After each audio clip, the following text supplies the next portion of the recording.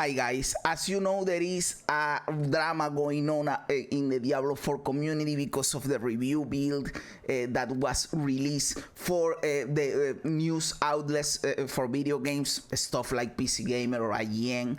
But it was also given to some content creators, brother. I uploaded a video talking about this yesterday. I'm going to leave the link up here. I gave a lot of information about all that drama in that video. And this video was recommended to me by the YouTube algorithm, and we have seen videos from this dude Bill Shot. I believe he's a cool dude. I like him, so he's addressing the review build drama, so I want to know what he has to say.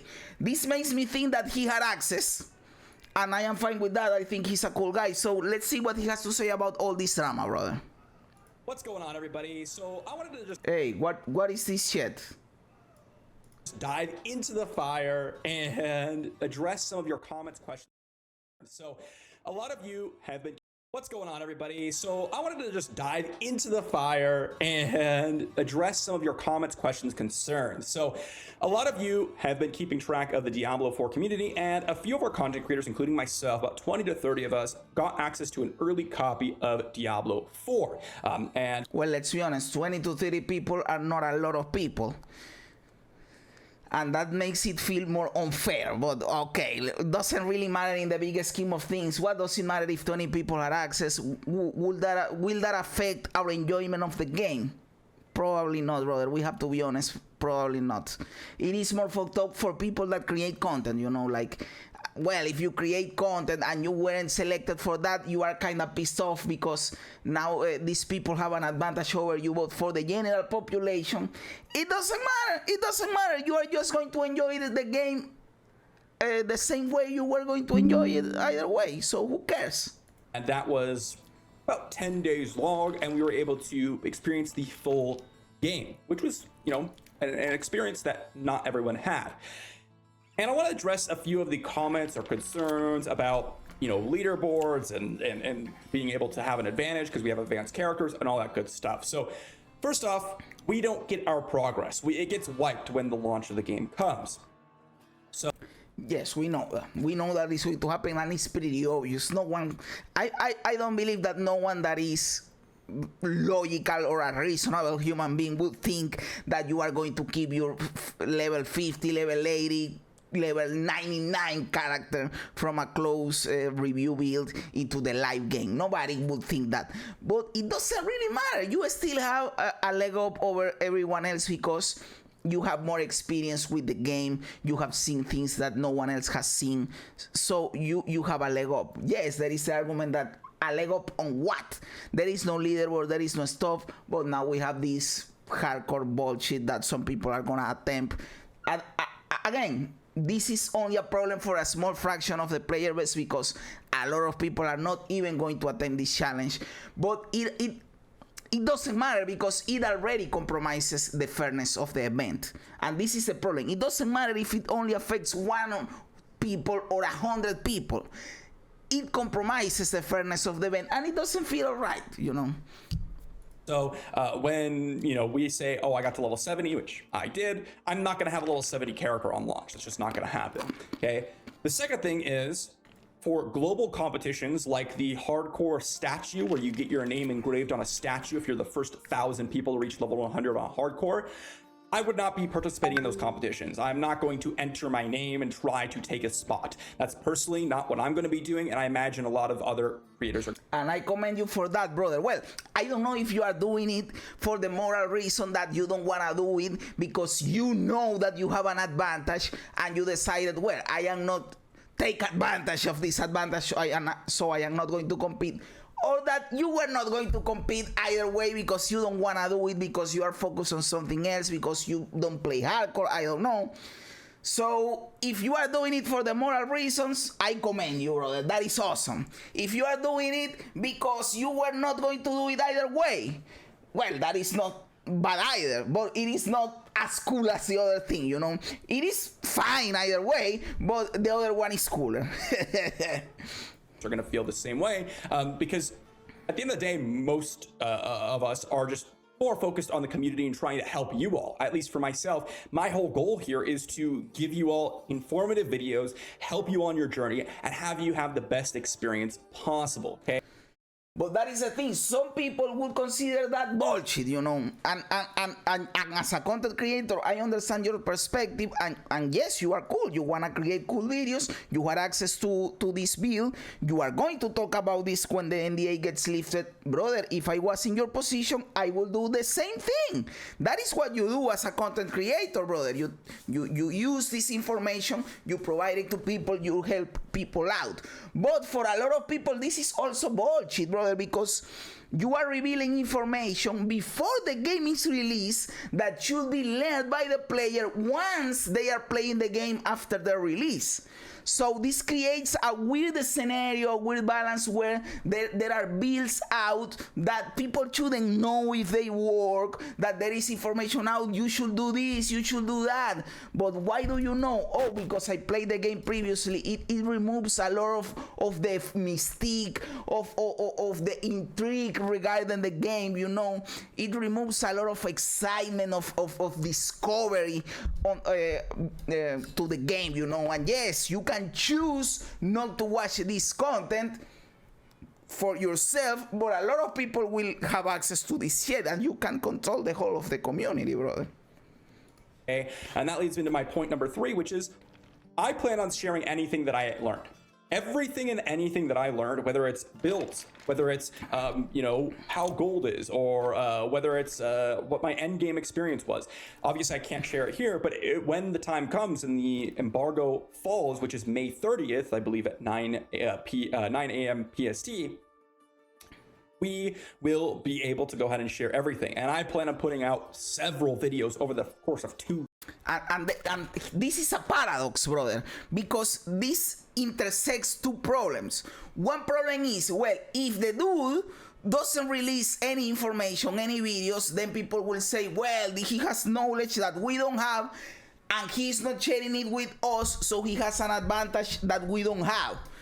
But if he does release the videos and he shares everything that he's going to do, of course, because he thinks it's the correct thing to do, then people will say, well, now we have all this information available to us that we shouldn't have because you are supposed to discover this by playing the game.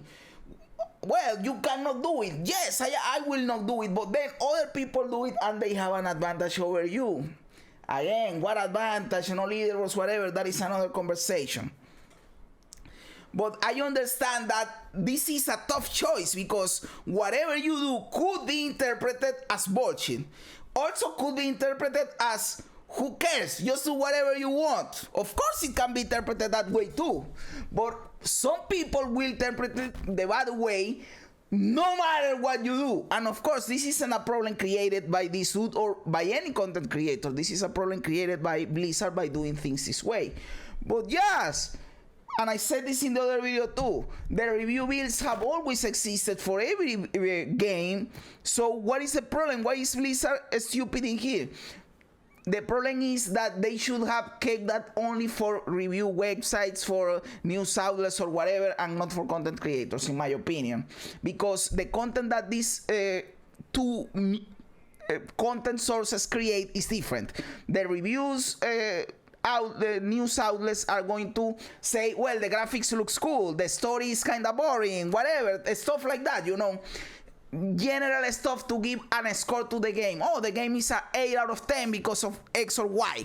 But the content creators are going to tell you this is the best way to level, this is the best class, this is the best leveling build, you should do this world tier, you should do this dungeons, this is the most efficient way to do X and Y. And it is very different because then the game gets solved because the game is even released. So yes, there is a paradox in there, my brother. In the bigger scheme of things, it is not a big deal, but it's something to take into consideration. Days so you guys can actually see all that and help you on your journey, whether you're someone that just wants to casually enjoy the story and have a better experience, or someone that actually wants to progress quickly and maybe you'll learn something that you haven't already. Obviously it's not going to help everyone and it might help some people, but my goal is to share everything because I don't really have any I guess you'd say, stake in trying to go ahead and compete in terms of these competitions. Am I going to be playing the game a lot? Absolutely. Am I going to try to go ahead and get a lot of game time in? Absolutely. That's kind of the nature of being a YouTuber. By the way, that is other stuff that people were saying, like, oh, you don't have to say that playing the game previously was an advantage, because playing the game a lot is also an advantage. People that have free time to play the game are also at an advantage. Brother, how the fuck can you control that, brother? That is always going to happen. You can't say to people, oh no, you can only play the game for 6 hours a day. You can't control that shit. You wanna compete in this shit, you have to play for a long time. So it is not the game that is unfair. Life is unfair that didn't give you the opportunity to play 20 hours a day, brother. That is not the fault of Diablo 4 or the developer. So I believe that argument is stupid. I believe that whoever says this is just an idiot. Because how the fuck would you control this? Oh no, but having a lot of time to play is also an advantage. Of course it's an advantage, but how do you control this? How could a competition like this work without this, brother? You have to play the game a lot. That is how this shit works. What is Blizzard supposed to do? Restrict the playtime? Are you an idiot, brother? If you wanna compete and you don't have the time, brother, that is on you. Find a way to have the time. Just like that, brother. It is hard to pull off when you can't compete, or it is going to be harder when you compete, you know. That is, hey, as a popular streamer would say, that's just the way it is. YouTuber, but I'm not going to be entering into some sort of global competition for some sort of prize from Blizzard. That's just doesn't really make much sense to me. And at the end of the day, there's one other thing that I want to address, and that is. But having said that, because I don't remember if I said this during this video, I do believe that having access to the review bill is an advantage. That is a fucking advantage, brother, because they already know bullshit about the game. That there's no leaderboards on launch of this game. So yes, we know similar this. to the reason why people were saying, oh, early access is an advantage because there's going to be leaderboards. Well, there's no leaderboards in the game, and we're not getting early access. Of course not, but you have this Lilith bullshit, and people want to have their name in there, brother. People want to have their name in there, and if only one person has their name in there because of the knowledge they gained from playing in the review build, then it is already unfair.